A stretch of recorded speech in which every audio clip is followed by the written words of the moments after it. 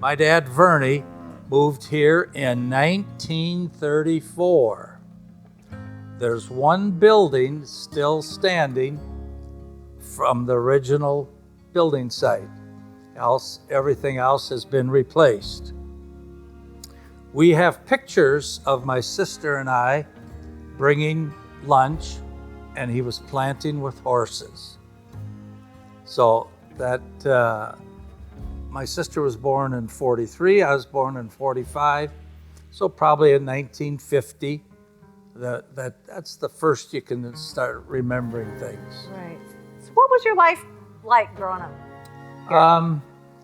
We didn't know if we were poor or if we were rich.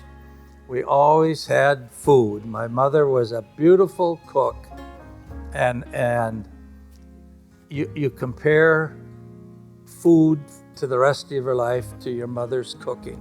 You do. And my wife was a cook, and I never said, here's the way Grandma did it or my ma did it, because I knew we had to have a happy life. You're right about that. Good thinking. Another thing that I have now on the bottom here, I jump all around. That's okay. But it came in the paper about changing the Trojan mascot. Okay. Now, I have not accepted the second one because I graduated in '63, and that mascot had been around forever. And one year I came down there, and out in the middle of the floor, it's a brand new mascot. And now they're going to do another one? Am I correct with that? That was in the paper that they're considering updating the mascot. So this would be the third mascot of your life. I've lived through. And the Blue Jays stay the same year after year. They do. So when you talked about graduating in 1963. Yeah. Let's go back a little bit further when you said that when you were 5, you started having memories. What Sure. about working on the farm and going to school and things in your younger years? Probably one of the most exciting things was when we'd get baby chicks, and they'd always come during the day when I'd be in school, but I knew that day was the chick day. I could get sick, and my mom would have to come and get me. We'd get home, and I'd run right to the chicken house. If you've ever been around day-old chicks, they jump on you, and they're peeping. It's just loud in there. We'd get probably a couple hundred of them. All of them were to butcher. And so 8 weeks later, the poor things got butchered. But every Sunday we had fried chicken. And Barb and I talked about it, my sister. It probably took 2 chickens to feed all 6 of us. And Barb thought that my mother always took maybe the back. There wouldn't be much, but just everybody got good food, and I don't remember that. But Sunday night was French toast and chocolate cake with white frosting. The white frosting would be thicker than the chocolate cake. And you were supposed to only have 1 piece, but you watched where they put it away. You went and got another piece. Snuck another piece. Enjoyed it. Yes, you did. What else have you got in your notes? I was born in 1945. 2 sisters and 1 brother. We're all still living. My sister's 2 years older. My brother's 5 years younger. And my other sister would be 7 years younger. I'm closest with my youngest sister. We call and visit, share things, ask questions, etc. She's had 2 children. And probably another thing interesting, My sister married a minister. My two sisters married ministers, and my brother's a minister. And so I'm not a minister, but I go to church. We had I think, just a very normal life growing up. I think my mom maybe made clothes for my sisters, but she wouldn't know how to make jeans, so you wore jeans to school. I was, you didn't have many friends yet, just your church friends, because when you lived out here and at 5 years old, so kindergarten and school was just the greatest for me, because I loved to be around people. In 6th grade, we had our first play. Is that what lit the fire, huh? That set me on fire. By the time I was a junior, we did the mousetrap. Now, tell me about the mousetrap. The mousetrap is a whodunit. Okay.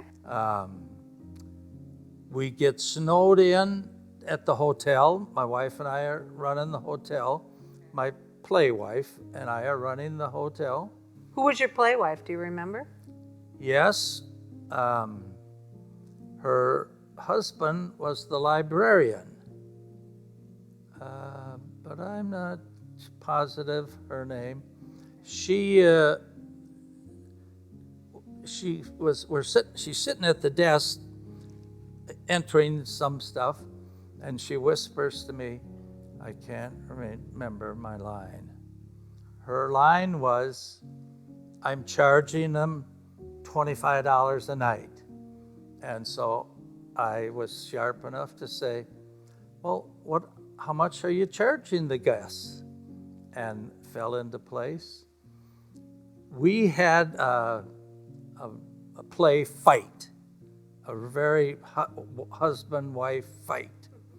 And when we walked off, she was so into it, she apologized.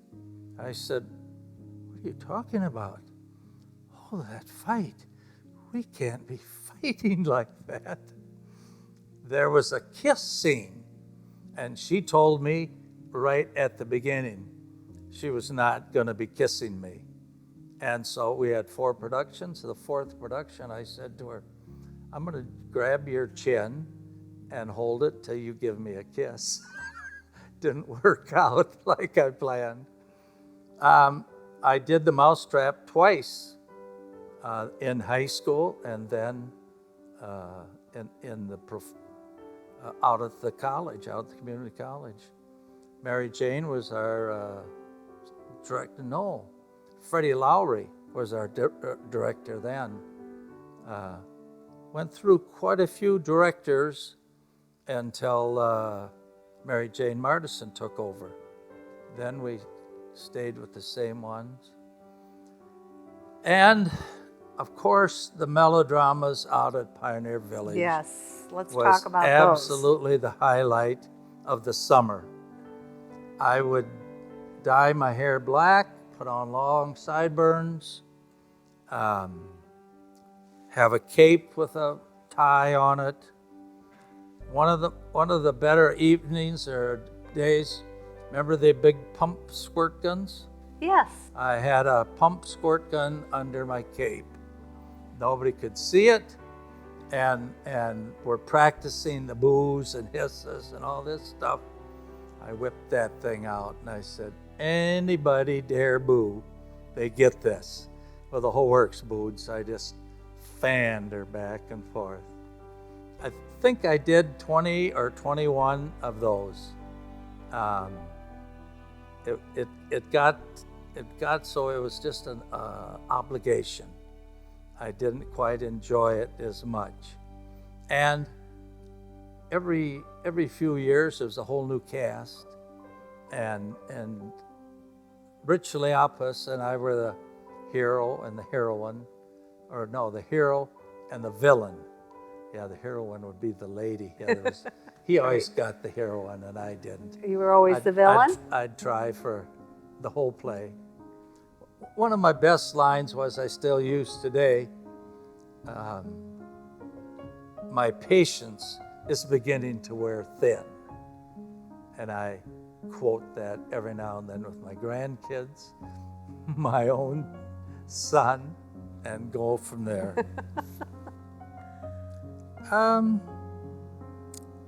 We had our 60th class reunion this year. Quite a few kids. I'd say there was probably 160, 70 in our class. Probably 45 showed up. Unfortunately, a lot of them have started to pass away or come there looking like they're getting ready, but it's a good time. So tell me about Worthington. You know, they're making lots of changes in Worthington throughout the last few years. What do you remember about your high school days and growing up and different things in the community? Right. First of all, I remember the first black kid probably when I was a senior, and the first time I'd ever seen anybody black. Kirkwood, his last name was Kirkwood, and I don't think there was any problems. I believe his mother was a teacher, maybe in the grade school or something. School was just fun for me. I was not a scholastical type of person, but I thoroughly enjoyed going to school. I had nice friends. All my friends were always city kids. I lived 2 miles from town. I bought a motor scooter, and when I was old enough, I went to town with my motor scooter. When I was gonna be probably in 9th grade, I had my first car, 1951 Ford Custom. I was awful proud of that little fella. And then a series of cars. Now I drive pickups, and I like to get a new pickup maybe every year or every 2 years. And right now I drive a Dodge. They have to be red, and 4-wheel drive is normal, but that's my a red pickup. 4-wheel drive pickup is what you can be seen in now. As we grew up, I helped outside all the time. I was just part of it. We milked cows. I was too small to ever carry the milk cream cans. My dad could carry 2 of them. I couldn't even carry 1. But I was out there feeding the baby calves, letting the baby calves suck your fingers, and that's how you taught them how to suck milk out of the bottle or out of the pail. You didn't have nipples or anything like that. They sucked out of your fingers, and then they'd give it I don't know, their instinct was to bump it, and then all the milk would fly out, and you'd say to them, "That's what you get." No more milk today till tonight. I drove school bus for 2 years. And when you were talking about Ken and Zuby, they had the gas station right by the bus garage. First night of my second year, I had a brand new Dodge pickup, and I got too close to the door, busted the mirror off. The gentleman that owned the buses, "Widboom, you can't do that." And you kind of froze. A few days later, he said, "Widboom, I got it fixed. Now be more careful." Ray Kempema. Ted and Ray Kempema. Um, I started farming when I was 5 years old. That's just how my heart was in it. And I talked about the baby chicks. I was elected to New Vision. If you know, New Vision is the co-op in town. I was elected to the board when I was 23. The bylaws said you had to be 24. And so the first meeting I went to, they changed the bylaws to 24. Nobody but the board of directors ever knew it, and we didn't publicize it. And I was on the board for 18 years, secretary for all 18 years.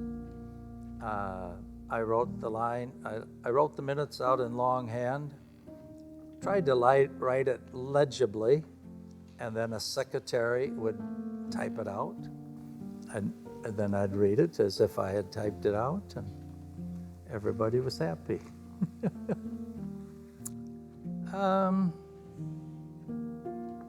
When I was 19, Vietnam was starting to go pretty good. I got my draft letter. I'd gone out to the college for a year. That wasn't for me, and then I got my draft notice. So I didn't open it. I went down to the National Guard office in town here, where the Historical Society is now. They were full, but the man said, Laverne can use recruits. So I went over to Laverne and signed up. Then I opened my letter and brought it back to the lady that sent it to me. Okay, young man, I can see the dates are kind of questionable, but I can see you're signed up, and so you will not get drafted. I just can't remember her name, but she was scary because she had a job who wanted to get drafted. All during basic training, all they did was say, you know where you're going, you better pay attention. Our guard unit got put on standby, which meant every other weekend we met, and we were an infantry outfit, so we went out and shot. And we also had 105s. 105 is the gun that's mounted on a Jeep and has a lot of recoil. I was a radio man for the Forward Observer. The Forward Observer would find the target, estimate how many yards takes the bullet and to get there, and we'd practice till we hit the there'd be a tank or something sitting out. This would be all up at Camp Ripley. Any more questions? Oh, well, talk about, so you served in the National Guard, and then let's talk about when you met your wife. And That's next. That's next. Okay, good. I met my wife at the bowling alley in Worthington. I had a date with another lady, and we were there, and Gloria dropped her bowling ball, and it rolled back to me, so I picked it up and handed it to her. A while later, we were bowling. I was bowling by myself and her friends, and she dropped her purse. And it had a couple of $1,000s worth of coins in it. And I helped pick them up, and then I said to her, I suppose you're a college student here in town. No, she said, I'm a third grade teacher. Wow. I said, somehow I got to get to know you. Turkey Day of 1968 was our first date. We were married August 9th of 1969. We had 2 boys, Matthew and what's my second son's name? Aaron. Can't remember it even. Aaron was, I believe, 5 years younger than Matt. Both of the kids were the kind of kids you wanted in life. Well, Aaron was on the verge. He left here one day with those great big pop bottles, and his mother said to him, what are you doing with those? Just trust me, Ma. The next thing you know, the police called. They had figured out MacGyver bombs and yes, stuck them in mailboxes. Oh my. So he gave you a run for your money, right? Yes, he did. and his famous words were, trust me, Dad. Trust me this. Trust me that. He got a degree in ag education, couldn't find a job, went over to South Korea and was teaching English, had trouble with his contacts, and so the people said, you got to have Sharice take it to do the interpreting. Yeah, pretty soon he had a toothache. Well, you got to take Sharice along to the dentist to do the interpreting. Pretty soon Sharice was answering the phone. So they came, moved back here. They had 90 days to get married because she came on a visa, some kind of a visa that had 90 days and to get married. So pretty soon they got married. And in September 9th of 2018, he passed away of a heart attack. Two sons. One looks just like him. One looks just like his mother. She's half Korean and half Philippine, but grew up in the Philippines. So we get to see him, but not as much as, you can't beat having your grandkids 2 miles away, eating you out of house and home and loving every minute of it. Talk about the house here. Let's talk about the bench out by the fire pit. All right. After Aaron's funeral, and we kind of had a deal here. It was all of Matthew and Teresa's friends, but they had me here. And then pretty soon they said, we want to go out and check that fire pit out. Well, when we got there, then that bench was there. Wow. And that is quite a memory to have. I look at that every time I'm out here. Go talk to it probably. And we go up to the cemetery every year on his death. My 2 sisters, and since their husbands were preachers, they have a little service for us. And it's still quite an emotional deal. Anytime you lose a child, it's tough. And it was sad when my parents died. And even when my wife died, she ended up with Alzheimer's and just slowly, it was a slow death. Aaron, we got a call. Aaron's dead. That's all there was to it. And you pick up your boots and move on.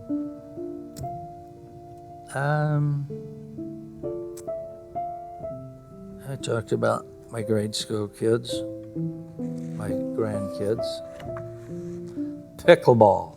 I got introduced to it while Gloria was still alive. 2 friends one day said, you need to come down and play pickleball. So one Saturday I did, and pretty soon I got so I could hit it and serve it. And I said, this will be part of my life, and it is today yet. We meet every day at 1 o'clock. I'm in the indoor place called CAL, Citizens for Active Living, and I see there's 2 handboard courts. They're thinking about changing them one to a meeting room, which I can see because now there's men and women playing cards in the big area, so you'd have to go down the basement to meet, but it'd be a nice idea to do that. Have you ever tried it, played in pickleball? I have not. It's 4 people, 2 on each side of the net. The net is about waist high. You serve diagonally across, and they have to hit it. It has to bounce once, and they have to hit it. It can come back to either side, and it bounces, and then it's free. You can hit it on the fly. It can never bounce more than once. A lot of the times we have 8 people. Then it's organized. You play 7 games, once with everybody, and somebody might bring lunch. After 4 games, you'd go have a little snack. People, I'd say the majority of the people I never knew that I've met playing pickleball, and they'll be lifetime friends. And not many of them. I can't think. Occasionally one will pass away, but generally they get to where they say it's not safe to come and play anymore. I'm getting too old. Are you competitive? Yes. Talk about that a little bit. Well, it's your nature to want to win. And even though some of the people you're playing with say, this is just a game, I think everybody knows the score when it's done. You play to 11, you have to win by 2. Sometimes it rolls up to 15 to 17 or something, but you always got to win by 2. You can't go in the kitchen, and so some of the people watch that closely. You step in the kitchen, it doesn't count. What's the kitchen? It's the square area right in back of the net. Okay. Goes back probably 4 feet. It's taped off. If it bounces in the kitchen, then you can step in. But if you can't step in till it bounces. So there's quite a few rules to start with. You give the score before you serve, and you have to remember your scores first. Even though the other team might be ahead, you still give your score first. Each of you get to serve. You and your partner each get to serve. So you said that you met a lot of wonderful people that you might not have met otherwise. Yeah. What else do you get out of it? The physical activity, that's got to be great, Yes. right? Yeah, a lot of the ladies have these watches that can keep track of the feet. And so when they're over, everybody announces how many feet they had. So I usually chime in and say, yep, that's what I had. By far, it's mostly ladies. There's probably 3 men that play. 2 of us play regularly. My goal is to play till I'm 82, because the other man that's playing is 82 and very competitive. There Miranda's home. Yep. Buying land. Buying land is interesting, and I've bought my dad and mom owned a half section. I've had to buy that, and then you would rent land, And every now and then, those people would call and say, I'd like to sell my land to you.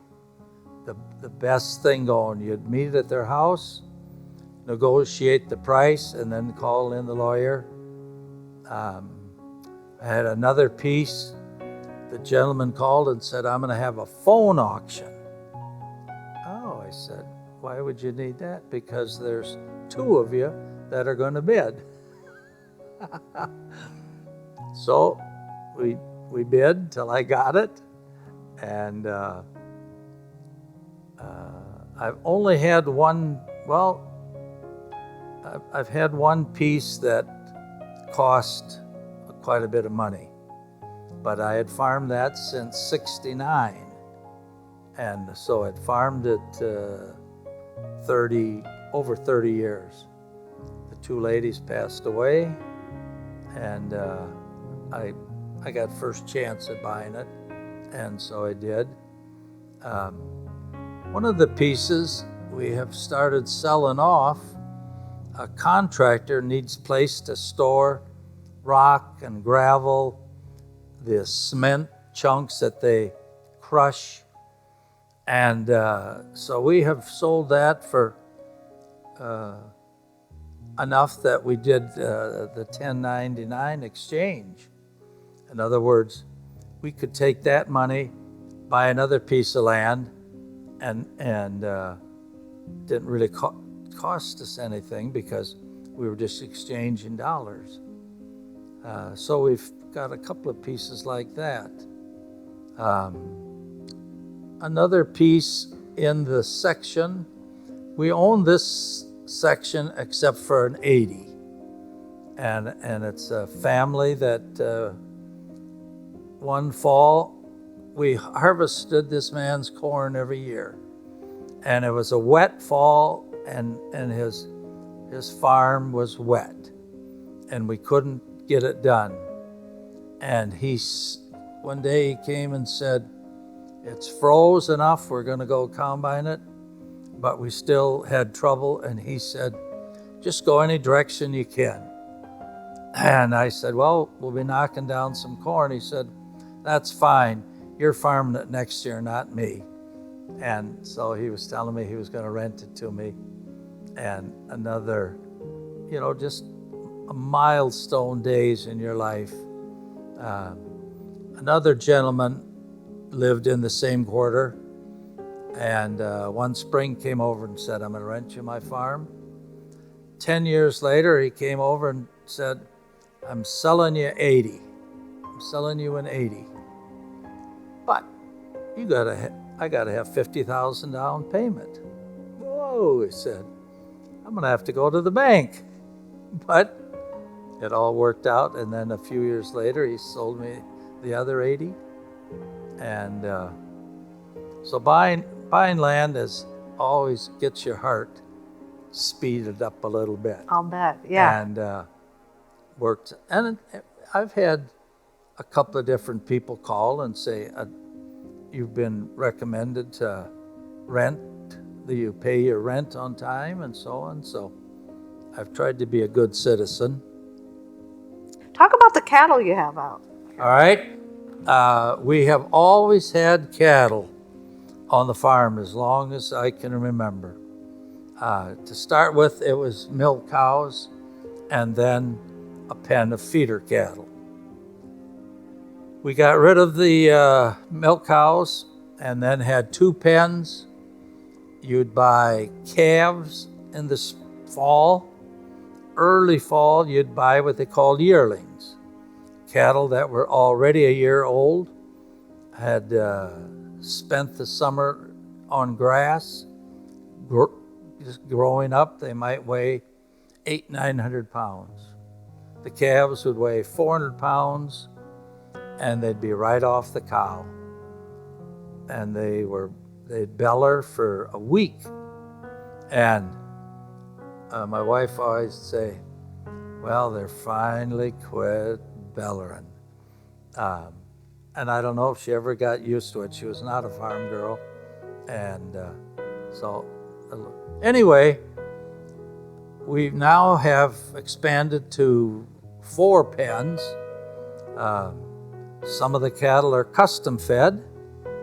Some of them are fed, owned by my son. I do not own any of them, but I get a thrill out of seeing them come off the truck or get loaded up on the truck, seeing what color they are. A pen over at the other place are Charolais. The most popular color nowadays is Black Angus, because Black Angus people have what they call certified Black Angus. Maybe you've seen that model when you bought your beef. Certified Black Angus. Generally a little premium for that. But most of the premiums nowadays, the packing plant's getting. Right now, because of the drought the last few years, numbers are down. Price of cattle like we have now are very, very good. It'll be a good tax year for the people that own cattle, because they're making pretty good money. A farm life isn't an easy life, though. Talk about that. You know, it's a 365-day job. When Matthew was 6 weeks old, and he's about 48 now. If you got a quick math, you could tell me when that was. We had a 3-day storm. You could not see anything. And it finally was calming down. The only way I could get out of the house was through a window. And I crawled out, went out and checked things. Cattle were standing there with their nose froze shut from the ice, and their eyes froze shut. And you could knock that off their nose, at least one side, and then they'd probably flinch away. But a lot of farmers switched to grain farming. We didn't. We stayed with the livestock.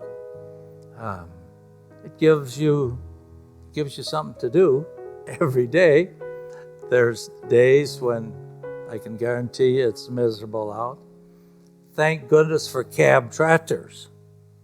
My dad went from horses finally to cab tractors. We only have one tractor that doesn't have a cab on it, and it's just a utility tractor, where all the rest of the tractors have cabs and then the automatic steering.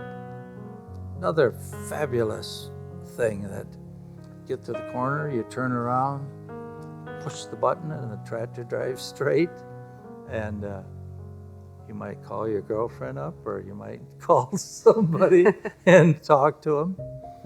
I'm to the stage in life where I help corn, I help spring and fall, and then go to Texas in the wintertime. This last winter, I had the good fortune of meeting a lady from Canada. She wanted to dance, and the lady that was setting us up asked if I could dance. Well, I said, I have pretty good rhythm, but I don't know as though I want to dance. Lori and I could dance together, but that's been years ago. Well, she kept on.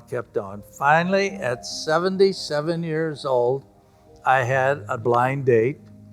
This lady had a blind date, and we danced, and we hit it off. Now, Canada's not so far away, but she's 1,500 miles from Worthington, 3,000 miles from Donna, Texas. So it's kind of interesting. She came down for a month. I don't have my passport expired. And it's true, you wait and wait and wait for a passport. I think now we're just gonna, she might come down for Christmas, and then we drive down to Texas together. But we haven't finalized that yet. She has lost a son, just had the funeral now. Her daughter's boyfriend, stage 4 cancer. So he's not doing well. And so she's got a lot of trauma in her life. She golfs, and I told her about this deal today, so she called and told me what shirt to wear. Well, she picked a good one. Thank you. Thank you.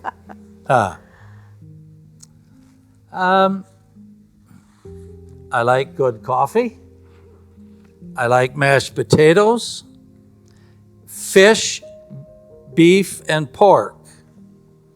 I'm not allergic to peas, but I do not eat peas. You do not, no peas. No peas. When I was in the 6th grade, you had to clean your plate, or just about. Yes. And the principal came by and said, "Widboom, eat those peas." And I said to her, "Miss Finsky, I'll get sick. Eat those peas." I took a couple swallows and threw up.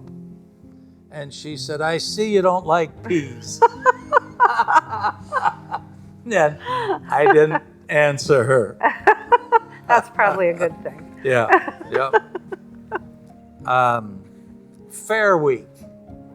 Fair Week is We just passed it. Yeah. Highlight of my years. I could care less what I brought down there, but I brought a pig or a calf. One year, I think that's the only things I ever brought. But the rides that it brought, I was introduced to corn dogs, and just thoroughly, and spent 10 years in 4-H. My children were in it 10 years, and now my oldest grandson, I believe, has been in it 11 years. And so I'm not tired of the fairs, but it doesn't have the attraction. I did have 3 corn dogs this year, so things worked out very good there. I never missed church. I've lived in 3 houses besides Fort Leonard and Fort Ord. Lived in 3 houses. 2 of them here, so I guess you'd have to say 4. 2 of them here, an apartment when we first got married in town. Where was that at? On Oslo. It's a Oh, dead-end street above Julie and Don Kuiper's house. Okay. Lived up there. And Gloria lived there with her good friend, who lives half a mile north of here. Gloria and I introduced her to Stephen, and so they lived happily ever after. Who's that? Stephen and Vernita Hansberger. Oh, okay. Sure. Friends are always important to me. We had a group of friends that I think for sure 2 ladies were pregnant with their last child. And so that's been over 50 years now. And three of them have passed away. Another one's close to going to the hospice house, so it's thinning down fast. I was on the hospital board when they sold it. If you remember. I do. That time, it was a city-owned hospital.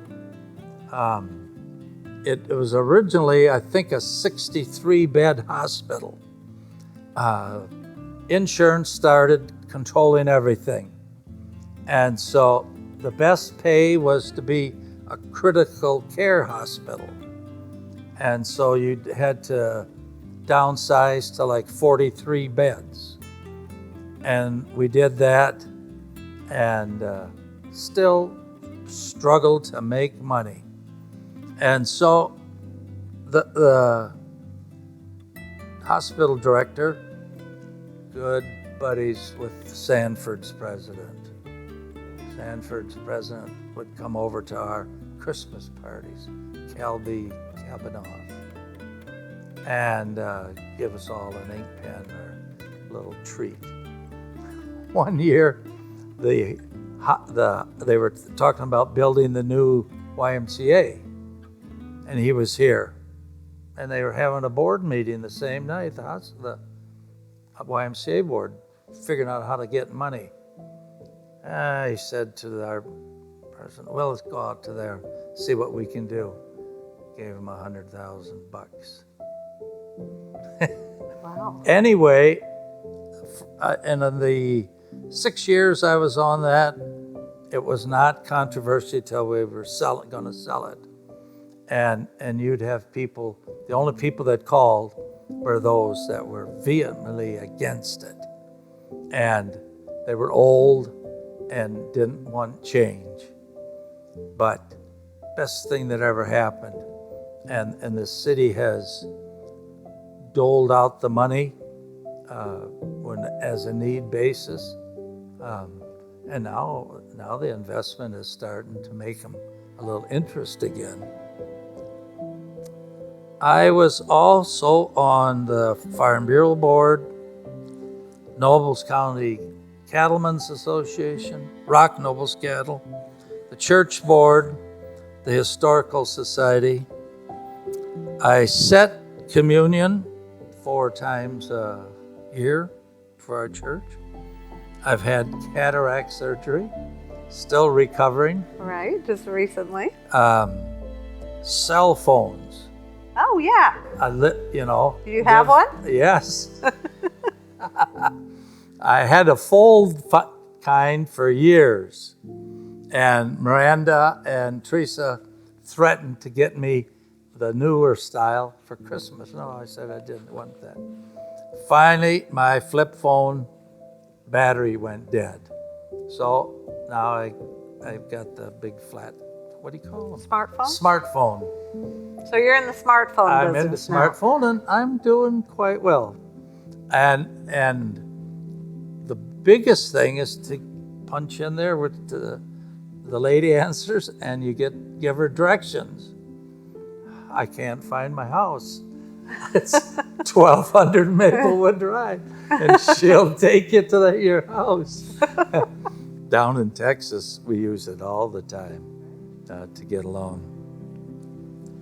I have diabetes.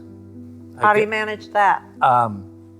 Took years to get that managed. And as what has finally happened, I had a real low blood sugar one day, passed out. And thank goodness Miranda was there because they got the ambulance there, stick a little needle in you. Pretty soon at least you're alive. Right. Where if there hadn't been anybody around, it would have been curtains. And so then I got a continuous glucose monitor. Okay. If you can see the patch here, sure. And then I have a little device I can test it, and just a lifesaver. And now then the second best thing, we had when we were leaving the hospital, they said, get a hold of a specialist in Sioux Falls. So we did. And a lady has gotten it so under control. Rarely do I have a low. If I have a high, it's because I ate ice cream or ate something I shouldn't have. Had a little fun. Yeah, exactly. And she said, why not? Just don't do it in excess. I do take insulin and a couple of pills for it. But like I was down in Texas last year, and my 3 nights in a row I'd have a low. So I called her, and we discussed it. She said, you're getting too much insulin. You're going to have to lower your insulin. And now, anytime I have a little trouble, I call her and we adjust things. Back to my dancing partner, her idea of a dance was never sitting down. Oh, okay. So every dance you're out on the floor. You're out on the floor, whether you're the last two, didn't make any difference to her, standing waiting for the next music to start. And I learned three dance moves. At first, I couldn't make the corners, but by the time we were done, I could make the corners. I can't talk and dance at the same time yet because I'm counting my steps. But is that challenging for a guy who likes to have a nice conversation? yeah, it is. But she's singing all the time. Oh, okay. She grew up with her dad played the band, and she'd go to the dances and learn the music. I'd say 90% of the songs she was singing them, and sometimes it seemed like it was loud that everybody in there could hear it. But at our age, you don't get embarrassed anymore. That's right. I help on the farm spring and fall. I was a greeter at the middle school where your grandpa and your grandma came through. The Hinkles, both nice people. I like my mother's homemade bread. Who makes it? Do you make Nobody. it? Nobody. Oh. No. Do you make bread? I don't make bread. My mother-in-law does, and I love her bread. Oh, yeah. Yeah. There's an art to it. Yeah. Yeah. I've wore glasses since I was 5 years old. And that's why I'm going to keep wearing them now, because my comfort level is with glasses on. Even though the top is just going to be glass, the bottom will help read small print. I talked about the cataract surgery, and a couple of weeks into that, I can see a heck of a lot better already. I could not read the score watching the baseball games and stuff. When I take my glasses off, I can read it now. Everything is clear. When I got my glasses on, both you two are blurry, so I don't know if you're good looking or not. Oh, we are. You are good looking. All right. Talk about, having grandkids. Oh, yeah. I hear it's fabulous. It is. It's just fabulous. Another thing, I love rain in the nick of time, because the crops have got to have a drink every now and then. We emptied the rain gauge last night, and one of the kids was mowing my lawn, and there was 5 inches in there. That's been since these last couple of rains? Yes. Ah, yes. I know it's been nice. Yeah. I have a tractor collection. You do?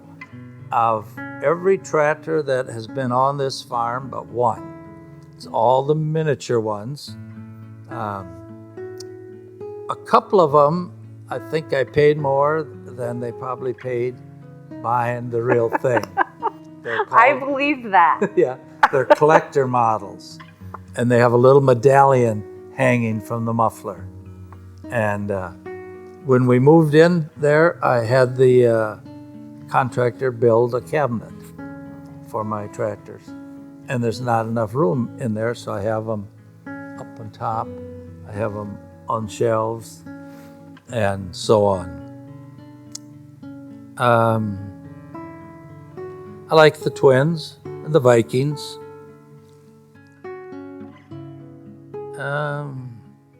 Breaks your heart a little bit every year. The Vikings. They can, just can't they? Cannot quite get it. Can they? Yeah. I've got a couple. Sure. Have you got through everything there? Yeah. So you've had some surprises in your life, some good, some not so good. Tell me what the biggest surprise about this life has been for you. Oh yeah. Well, I'm gonna give you some of the good surprises, or just flat surprises. The first one was when Matthew was born. Matthew was born cesarean section, and the doctor came down and he was in an incubator. Wow, I said, what's wrong with my boy? Because I knew it was a boy by then. Nothing. The hospital rules, all C-sections, incubators. So that didn't last more than an hour. And he was a, 8-9 pound baby. He was full of head hair and set to go. When Aaron was born, C-section, the dads can be in the room. Well, I've seen everything on the farm. This will be nothing. Piece of cake, And right? so I'm standing there by Gloria, and there's a curtain down. Well, I said, why in this, how can you see a C-section? Still, I walked around the corner. Wow, was that a sight?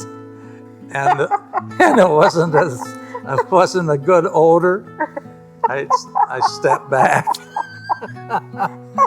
But You're not on the farm no, anymore, right? you weren't, boy. This was real life. So, Aaron's lucky he got an Aaron name because Gloria wanted a girl. I didn't care. But she had a lot of girl names picked out, not many boy names. But we named him Aaron and got along great. I bowled for years. I shot over the trap shooting across the street. Every year, watching the crops come up, it's just a miracle. Just a miracle, and whether you're religious or not, it's flat out a miracle. You can plant a seed littler than your fingernail, and you want those corn plants all to come up the same day. And this year we planted in great conditions, and the corn just exploded. It got taller than normal, and it looks beautiful.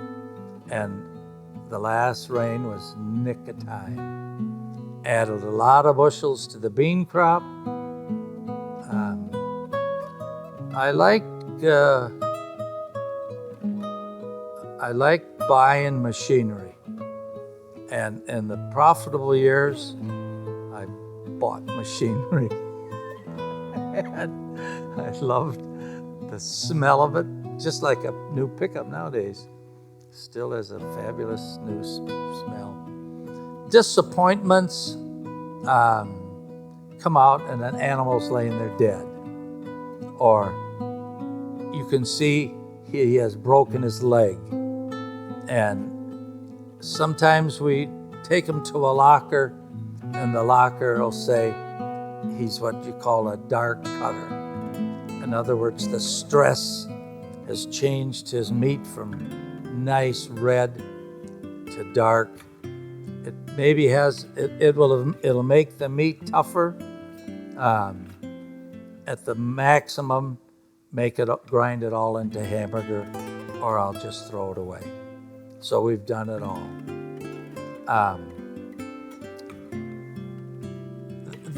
Another tough one, you have one of those animals, there's only one way to get rid of it, is to shoot it. And that got to be tough for me. I finally had a friend in town come out and do it. I'd say there's usually half the pens will be heifers.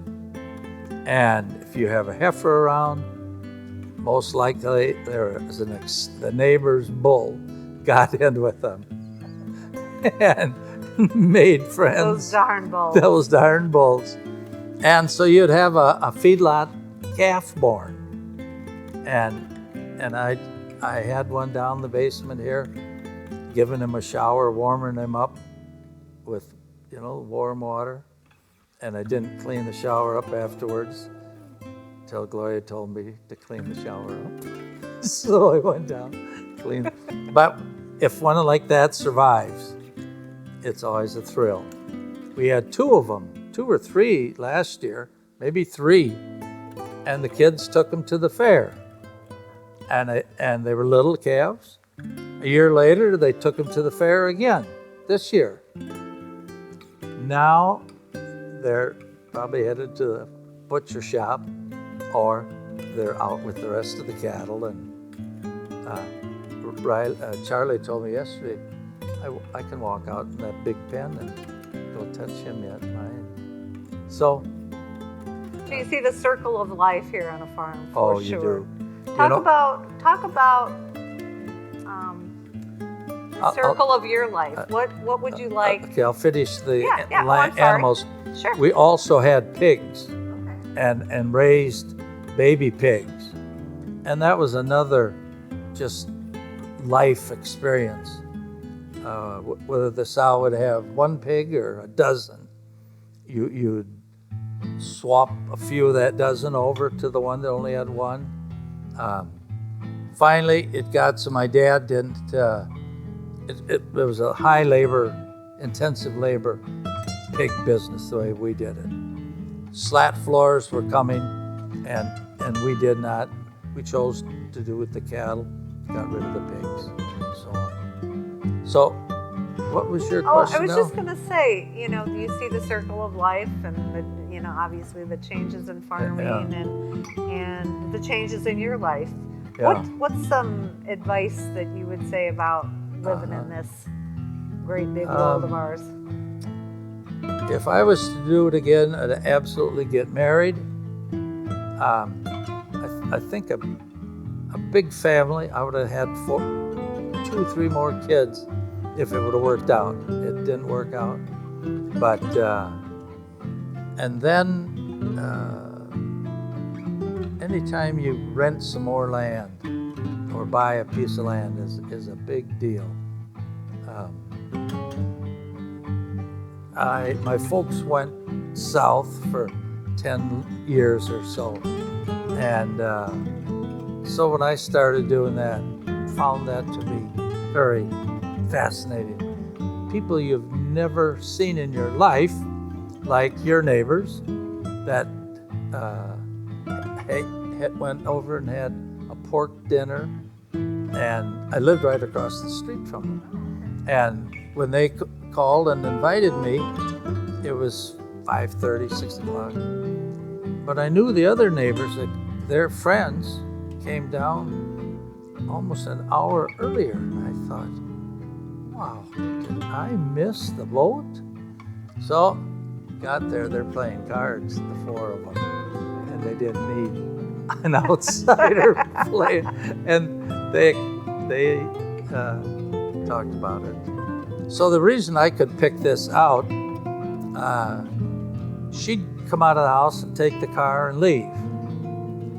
He'd come around the corner in his golf cart. Yeah. Always had a flat top. Got up in the morning and shot, trap shoot, not trap shooting. They'd go in the building and shoot. And then he'd go to a cafe and have breakfast. And so your other friends, he did a lot of woodwork. And I'd stop and visit them. Finally, I said to him, well, what can you tell me about your friend's marriage life? Oh, he just, whatever you think of it's true. Now, I don't live in that campground anymore. Oh, okay. But I sat by him because I go over to the other campground just to see Marilyn and the people that introduced me to Marilyn. Okay. a Vietnam vet that I got to know well.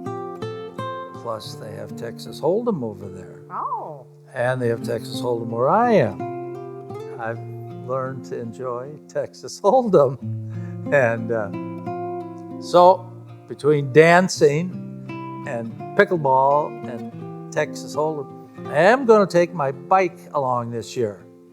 I haven't rode that since Gloria was in the nursing home. And last year I took it out on a windy, stupid day, almost tipped over. So I parked it, and now this spring I took it out again, and now I've got the hang of it again. So I'm going to take it along to Sioux Falls.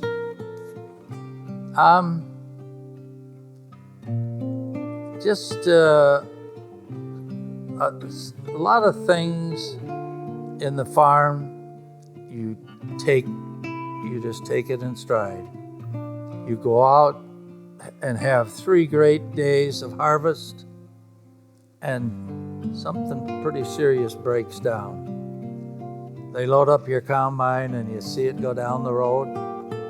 You hope by afternoon they'll call, but soon call you and tell it's ready, and you go again. Breakdowns have gotten hard on my nerves nowadays.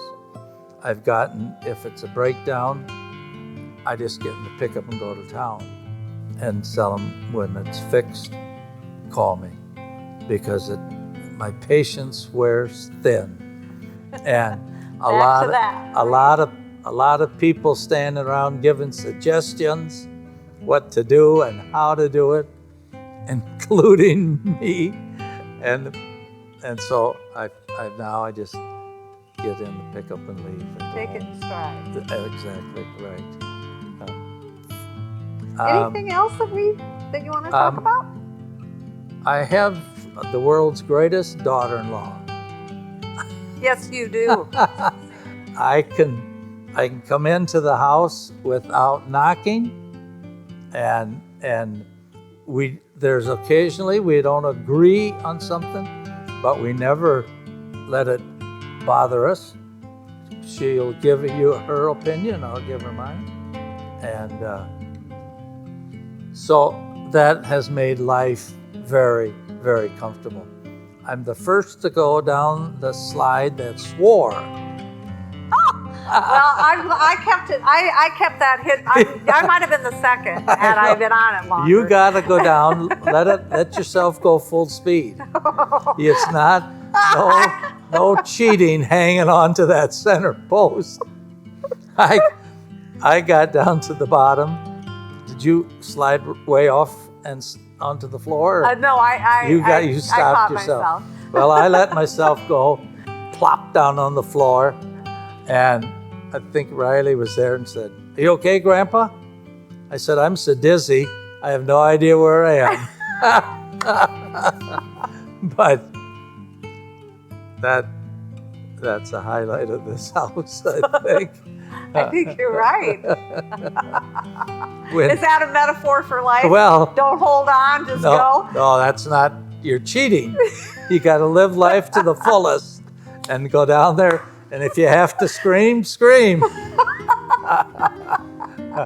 It's fascinating to go upstairs. Well, to any of the parts of the old house, the kitchen you still recognize, but the rest of it downstairs you do not recognize. Upstairs, they've expanded the bathroom and shortened one of the bedrooms up. The one bedroom is where my brother and I stayed. It's identical to what it was. Oh, is that right? In 1955. Yeah. Our old house did not have a indoor toilet. Okay. And so we were probably the only kids that still use an outdoor toilet. And I didn't use it just to go number one. I'd run out the front door, do it. Right a little further down was the people that the hired man and his wife worked. One day she stood out and said, why in the world don't you use the toilet like the rest of us? But I never changed. It's too far. It was too hot or too cold. My younger brother fell in The outhouse? the outhouse. Oh, Lord. Oh, we ran and got my mother, and she fished him out and hosed him off, and nobody. And the closest you can get to that, is the porta potties in town now. And if we were going on a vacation and could not find a gas station or a place to use, I stopped with Gloria right by a porta pot. She said, "I don't have to go that bad." Yeah. And she wouldn't she wouldn't even get out of the car. Well, Yeah. thank you so much, John, for doing Good. this for us. You've given us a lot of good material. Good. Thank you so much. Yeah.